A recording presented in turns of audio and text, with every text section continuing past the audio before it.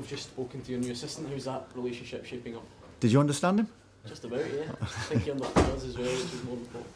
Well, there's the. I think he's an infectious character. I think he's bubbly. He's only been in a week, but I think people know he's around the place. You'll hear him for sure. And along with myself, Gordon Marshall, and Scott Leach, who's been with the academy, but also having more of a role with the first team as well.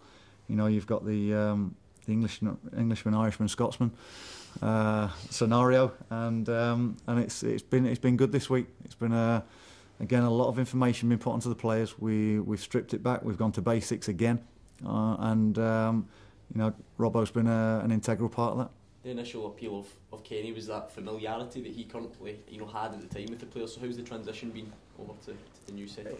Listen, it was always going to be difficult to say goodbye to somebody who's been here under a period of real success. No one can take that away from Kenny Black, from Stuart McCall.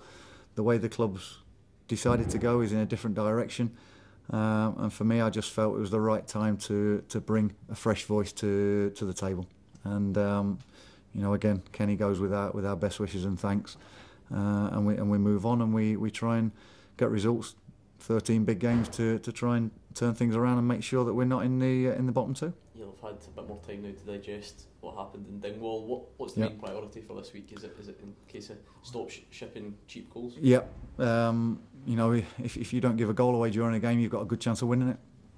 And we've focused a lot on the defensive setup and the shape again, but not taken away from the fact that we've brought in dynamic players going forward.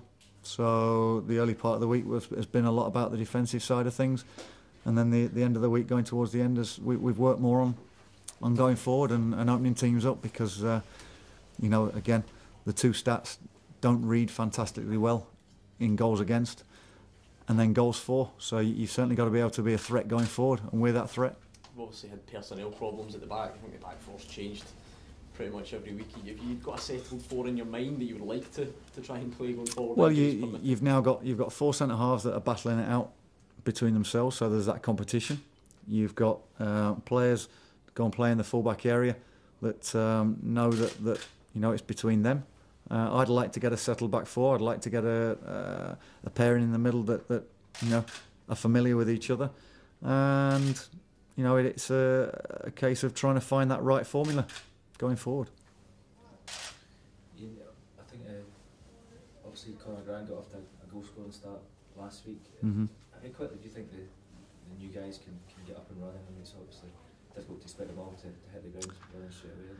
It is, and to expect them that they would all go and make that impact straight away is probably a difficult one. For me, it's there's always going to be that bedding in period, and you've got to, certainly with young players coming up to Scotland from England, that it's like the foreign player coming over to the Premiership, if you like, in England, that they are going to take a bit of a time to adjust to it. I thought Conor Grant went and did that on his first senior game. It was a game for him to be really proud of. Topped it off with the goal, which made it special. But he'll get better.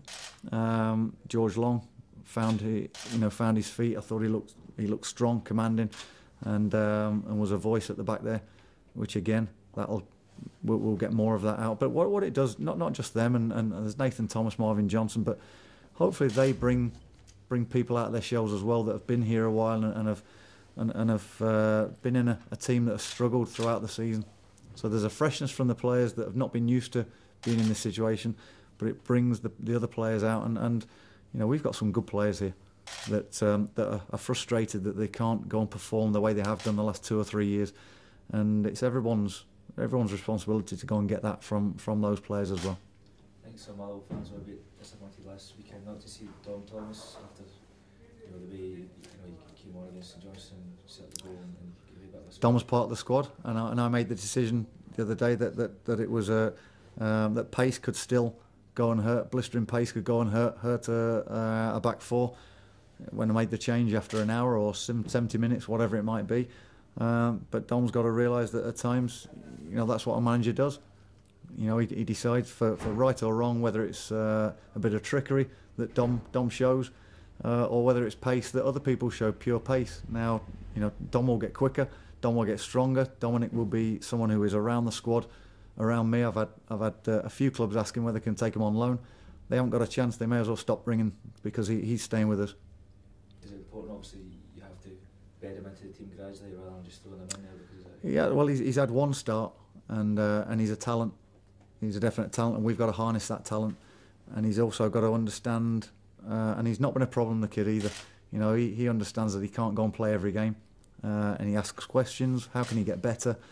And that's the type of player that I enjoy working with, and I'm gonna enjoy working with Dominic and trying to make him the better, more complete player, because you know he's got to understand there's certain facets of his game that he needs to work on, and he does, and he's willing to listen. So they're good ingredients. How much pressure do the players feel under, especially after the defeat to Ross County last week? You better ask them. I can't answer for them. You know, me as a player, I enjoyed pressure. I enjoyed somebody questioning whether you're good enough or not. I enjoyed that because there was nothing better than ramming the words back down their throats. I enjoy that side of it. So again, you have to ask them, but they've got to realise that it's their livelihoods. They've got families. They've got people who depend on them, and you know, we're all in that same boat.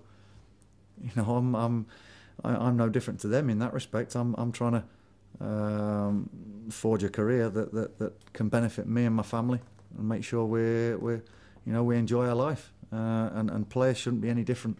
They shouldn't rely on, well, you know, I'll get a contract for next year, or someone else will come and take me, or you know, we'll get out of it this year, no problem.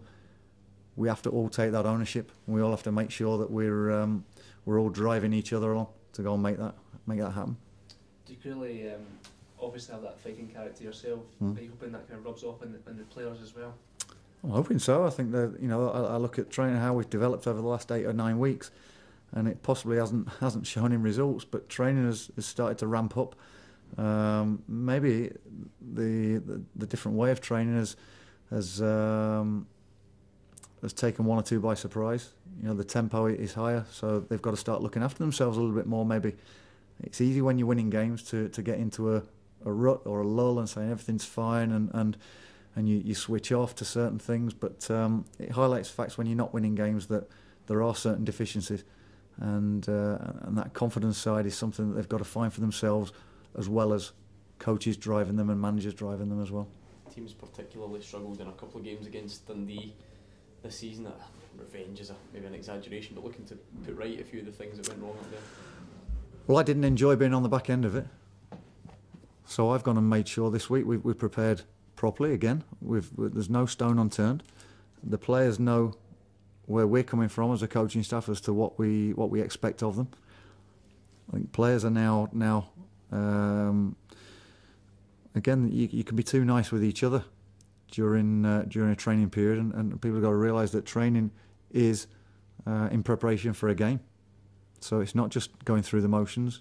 Training is training at match tempo, and when we ask for that, that's what they've gone and done this week. And I can only judge it from what I've seen this week. But there's again a real focus on putting all their energies now into 3 o'clock on Saturday. I know when you're on any type of run, it's always kind of one game at a time. But when you look at these 3 home games, there's a real chance there for you to try and build up a there is. It's in our hands. We're not relying on anybody else. It's how we go and attack it, and if we do it properly and we show the spirit, if we show the what we've got, what our strengths are, if players go and step up to the plate and show that, then we're a match for anybody. Can you expect the likes of Stephen Pearson to rejoin the squad this week? Possibly. He's trained, he's joined in certain parts of the training, so he's very, very close. If he doesn't make it tomorrow, then I expect him to be in contention for next week, but I've not ruled him out for tomorrow. Lewis, is he free of suspension? Was that one? He is free of suspension, yep. So again, he's coming, so the numbers and the quality is rising all the time, and you know, that competition is something for me to go and relish, and then make sure that the decisions that I make are the right ones for the certain game tomorrow.